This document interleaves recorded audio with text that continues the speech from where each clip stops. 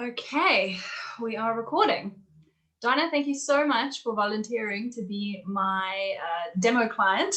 This will be an actual real coaching session, but in volunteering to let me share it with my braver community so that they can see what a traditional coaching session looks like and kind of how it works for those of you that haven't experienced it yet. So welcome. Hi. Thank you. Thank you so much for having us. I'm really excited for this. Cool. So what's going to happen is we will move into the coaching. We will go for about 20 minutes. If we need an extra couple minutes, we'll take an extra couple minutes. That's okay. But we'll aim to go around 20 minutes just to keep it nice and concise, and also to demonstrate that powerful coaching can take place in a very short amount of time. The coach training program that I'm part of at the moment as a mentor, they are learning through 20-minute coaching slots. So it's quite cool. And then you go out into the real world and you coach for an hour, and it's like, oh, and after a while you're like, how did I ever do this in 20 minutes? But actually it's so possible and almost better in some ways, because you kind of just get straight to the point, which is quite nice. So yeah, so let's see what emerges. You ready? Yep, I'm ready. Let's go. All right. So the first question, as always, is what would you like to talk about today? So I'd like to talk around self-acceptance, because I've been doing a lot of work on myself, trying to, I suppose for the whole year, looking into learning more about myself. And the more I keep learning, I think now I'm at that place of I kind of know and understand a lot about who I am. But then there's elements of that we don't always like. So it's more about like, how do you then start to accept some of those parts? And as well, the other thing that's come up quite recently is whether or not those parts of me actually exist, or whether they're what I've been told are there. That makes sense? So what I'm hearing is that you've been doing a lot of personal work, and what's come out of that is an understanding about who you are, and you're wondering, if I'm not totally happy with some of the parts of who I think I am, what can I do to accept those parts of me, is the one question. And the other question is, are those really parts of me, or are they projected parts of me? Is that right? Yeah, absolutely. Okay. So what would be a useful outcome for this session? What do you want to have achieved by the end of this session? To just have a sense of it's okay to be me, kind of thing, of like, so that still, obviously there's still work to be done. I'm not kind of the exact version of me that I would like to be stepping into. Sure. But I think I'm learning so much about, like, there are certain parts I can easily accept. But there are other parts that I think when I've been journaling, I've been looking at, were they actually what I felt about me, or were they things that I was told that I was, and that I've kind of taken on. But then when I've been almost doing that soul searching, I'm kind of like, but I don't see that person. So then obviously there's that, what other people see and what we see in ourselves. So it's trying to make a little bit more sense. I think just to be okay in who I am. And I don't mean like 100% okay. I don't expect miracles in 20 minutes. Yeah. But I mean, just to start to have that sense kind of coming over. And how will you know when you have that sense of okay to be me? I get a feeling that it will be like an inner feel. At the minute, there's almost like a lot of energy, anxiety type, and I always tend to get it around the throat, top of the chest. So for me, it's like when that will ease, when that will sort of subside almost, that would be a sense that actually, yeah, do you know what, it's okay. So there'll be a real felt, like, physical relief around this area. Yeah. Okay. All right. So we know what we're working towards then. So where would be a good place to start? I don't know. So the biggest thing that's coming up, I suppose, is that being told by other people that I'm a bad person. So I've had that And I don't know whether they actually said the words, but I always got that feeling that they thought I was a bad person. So when I think about that, there's definitely that relationship with my mother, is that, you know, I wasn't always a good girl. And she was very good at reminding me of how, like, my sister would take note. My sister's older than me, so she would take notice when she was told off, but I was the one who would go, oh, don't stick your head in my hand, or like, you know, why are you looking at us like that? So I was the one who would question those things, where my sister knew the cues that you were getting wrong for something. So she was like really well behaved, and I was the naughty child or the twisty child, you know. So those kind of things, that you're the bad one. And then I've kind of seen that come through relationships as well. And the thing that I struggle with is, whilst those people have told me those kinds of things, or alluded to those kind of things, very close friends that I've had would say the complete opposite of that. And I would say, like, I've struggled with, am I really a bad person? Or am I just being told I'm a bad person because I'm not fulfilling somebody else's needs? So as you've been speaking, I've been wondering, well, what does it mean to be a bad person? Yeah, and instantly the thing that goes through my head is not doing what somebody else wants me to do. And it usually would come about in those ways that you weren't being well behaved, so you were clearly a bad person. And so what is your belief about yourself when you're being told you're a bad person because you're not doing what I expect you to do? There's a definite rebellious part of us that kind of wants to not do as I'm told. So I definitely know there's that part of us that just because you tell us I'm not to do that, I'm not going to do it. So there's definitely that part. But I think the other part of it is not being able to stand strong in who I am, because I then feel like I've done something wrong. So whilst initially you're kind of like, right, I'm going to be strong and I'm gonna do my thing, or I'm gonna stick with what I feel is right, to then be told by somebody else, I'm probably a person who would quickly back down and change and adapt. And then you do start to question yourself, and because it's almost like the people that I have, let's say, invited into my life, as well as obviously people like parents who are just there, you didn't get that choice.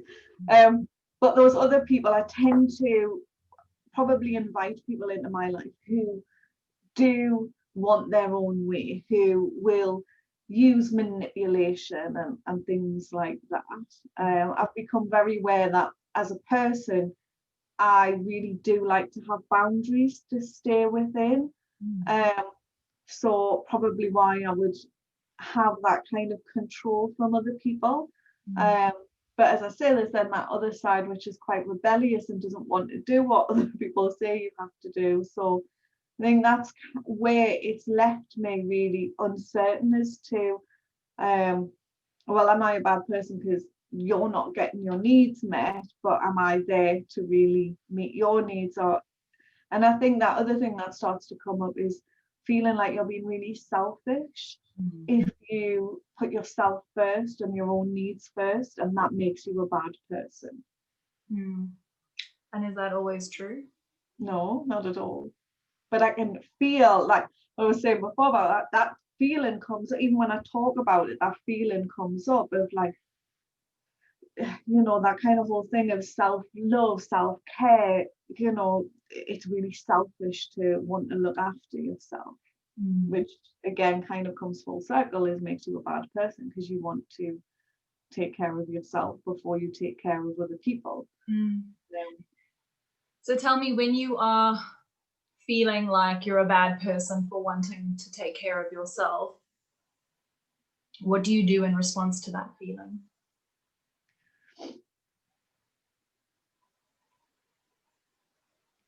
I would probably do anything that I can to avoid it. So there's definite avoidance that comes up of like knowing that I've become very, very aware that I take less care of myself. And sometimes feel like no care at all. So there's no sometimes there will be no kindness even in kind of the internal dialogue. There'll be no kindness in just the general things that I do. So I'm definitely not a person. I kind of see self-care as being this thing of like, you know, people who really take care of themselves in that, you know, they'll have a good skincare regime. They'll, you know, all of those, like, for some people they would take that for granted because that's what you do. But I would look at some of those things and go, well, I would do those things because that's about me caring for myself. If that makes sense. Yes. And why wouldn't you care about yourself? What's the underlying fantasy? Would be a kind of a not worthy feeling. And again, the kind of thing that's coming into the back of my head there was you're spending time on yourself that you could be looking after other people. Because looking after other people makes you a good person. Who I am, yeah. Who you are. Yeah, I would definitely say there's an identity attached to looking after other people. Okay. Excuse me. So take a moment now and close your eyes and bring to mind the Donna who you would love to be. Like, what is the ultimate expression of who Donna is, independent of anybody else's opinion? What does she look like? What is she doing? So the thing that, you know, the word that keeps coming to mind is carefree. That I would say, I'm kind of in my head going, not careless, but carefree is there is a difference. I don't know why there's such a difference in my mind about that. But yeah, that feeling of that she would be much more carefree, that she wouldn't be careless around other people's thoughts and feelings, but she would definitely be more self-aware of meeting her own needs first, rather than like that kind of only being, it sounds weird, the words are just coming into my head as I'm saying them. So like only being whole if you're meeting other people's needs, but it's that sense of being whole if you're meeting your own needs. And something that in the kind of journaling and self-exploration that I've been doing, this is something that has been coming up for me, is that all of these ways in which you take care of other people and that almost desperate need sometimes to do that is realizing that you're not doing those things for yourself. And it is about kind of turning that around and saying the way that you feel whole and meet your own needs is actually by doing the things that you would do for somebody else for yourself. But it's almost that battle with, but you're a bad person if you're putting yourself first. And so yeah, I would like to be in that place where I don't feel like I'm a bad person, that actually you're able to help people even more because you're stronger in yourself, because you're not needing other people to be that answer, you know, to make you feel more like yourself. I don't think so weird when I say it out loud. But sometimes it does feel like that it's almost like other people make you who you are, because that sense of always being in service to other people. So that stepping away from that, if that's kind of been my whole identity for pretty much my whole life, I would say, to step away from that and suddenly be like, actually just being you and looking after yourself makes you more whole, happier as a person, more fulfilled. But it's kind of like not quite being able to say that. Yeah. When you're speaking, I'm getting this image of these two people one who cares an awful lot about other people and will bend over backwards to do what they need her to do, but neglects herself in the process. And the other person who dismisses what other people's needs are so that she can take care of herself. And what strikes me about those two images is how polar opposite they are. And I'm wondering if it's true that there's only those two versions. I kind of want to say that there's probably a lot of people like there's a lot of other versions between the two. It's a definite sliding scale. Then I can kind of go from one extreme to the other, and it's about really, I suppose then it's finding that balance. What might happen if you did find the balance?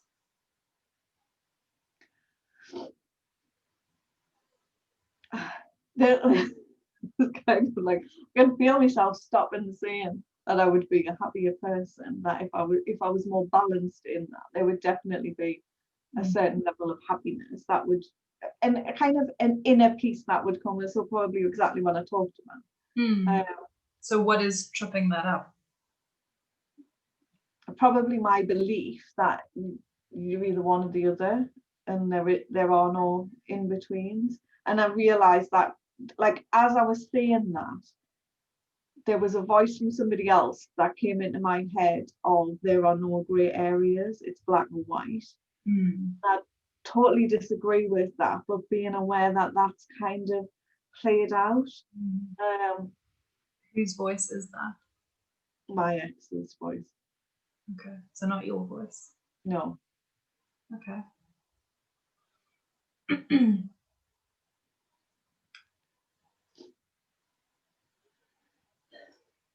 How would it look if you gave yourself permission not to listen to that voice anymore?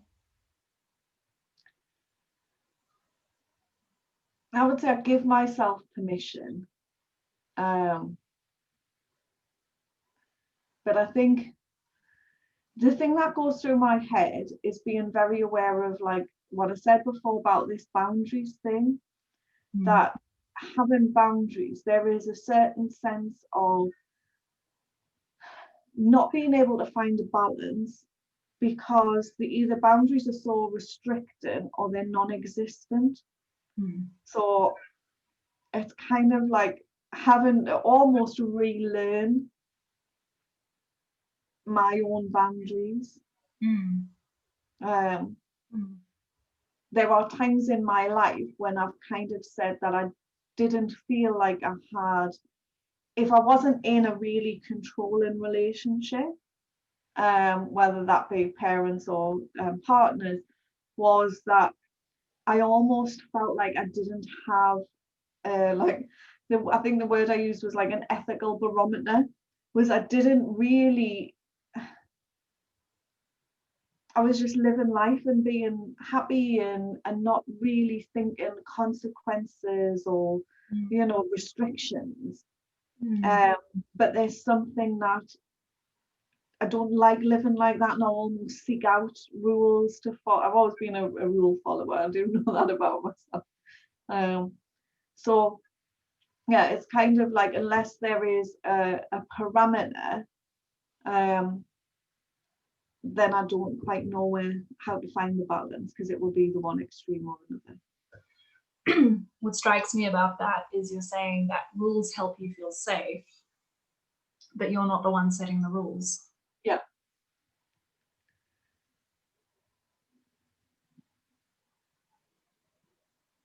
How would you want to change that? Be the one setting the rules, definitely. Okay. And I think in my head, as we're talking, the thing now is that extra work is actually about developing what those rules are. Tell me more. Because as you say, those rules have always been set by other people, and the difficulty with the people that have set those rules change so frequently. You're never quite sure what the rule is, because it might have been that one day, but it was something completely different the next day. So and I think that's where like I almost get a sense of like to and fro, and like you go to one extreme to another because that's the way the rules were.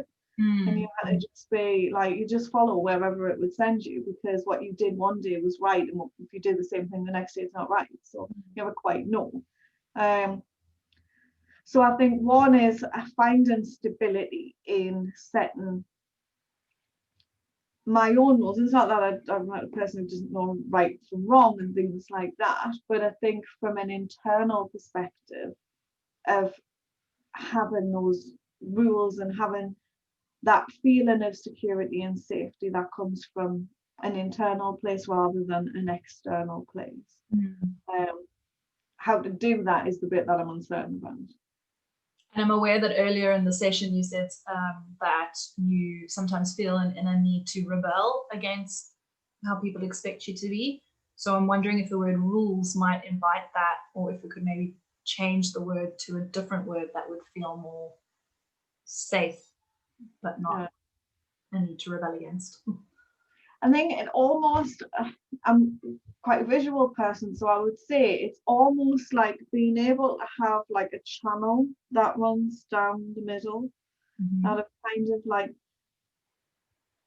I do get a sense of the sides can be quite soft and you can buffer against them a little bit, that they don't have to be so rigid. Sometimes they'll move a little bit, but it's definitely more of a, I'm going to say a visual feeling, which sounds just odd in itself, but I can see it, what it looks like, and I can feel what that would be like, but I can't verbalize what that would be like.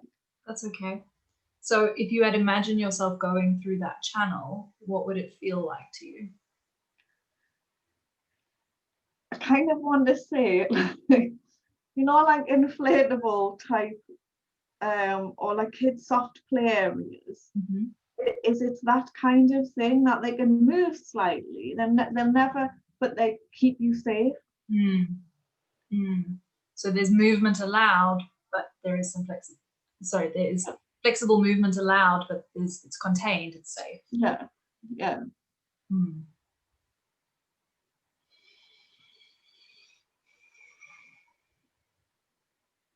And to link it back to the concept of good versus bad, how would you link them? This image and that idea. I don't think realizing why the soft play, it's almost like a child taking steps and just figuring things out. So the good and bad bit is, I kind of want to say there isn't a set good and bad. There's a sliding scale, so there's bigger consequences and there's smaller consequences depending on the kind of the actions you take. But actually you're safe in that testing it out and trying it. So not like a petulant child kind of testing the boundaries, not that not that kind of thing, but just that it's okay if you stumble a little bit because you're still held within that space. Yeah. As you say that, I get goosebumps, which is usually a barometer for me that you said something important. I kind of just feel like that kind of childlike sort of exploration and being able to see very very clearly through new eyes that, you know, that, and I almost like having that freedom to be able to explore that. Carefree. Yeah. While still taking care, so not careless. There you go. Okay. So originally you came with the topic of exploring self-acceptance and giving yourself permission to accept all parts of you and to figure out what is really you and what's not. Where are you sitting now in terms of that outcome?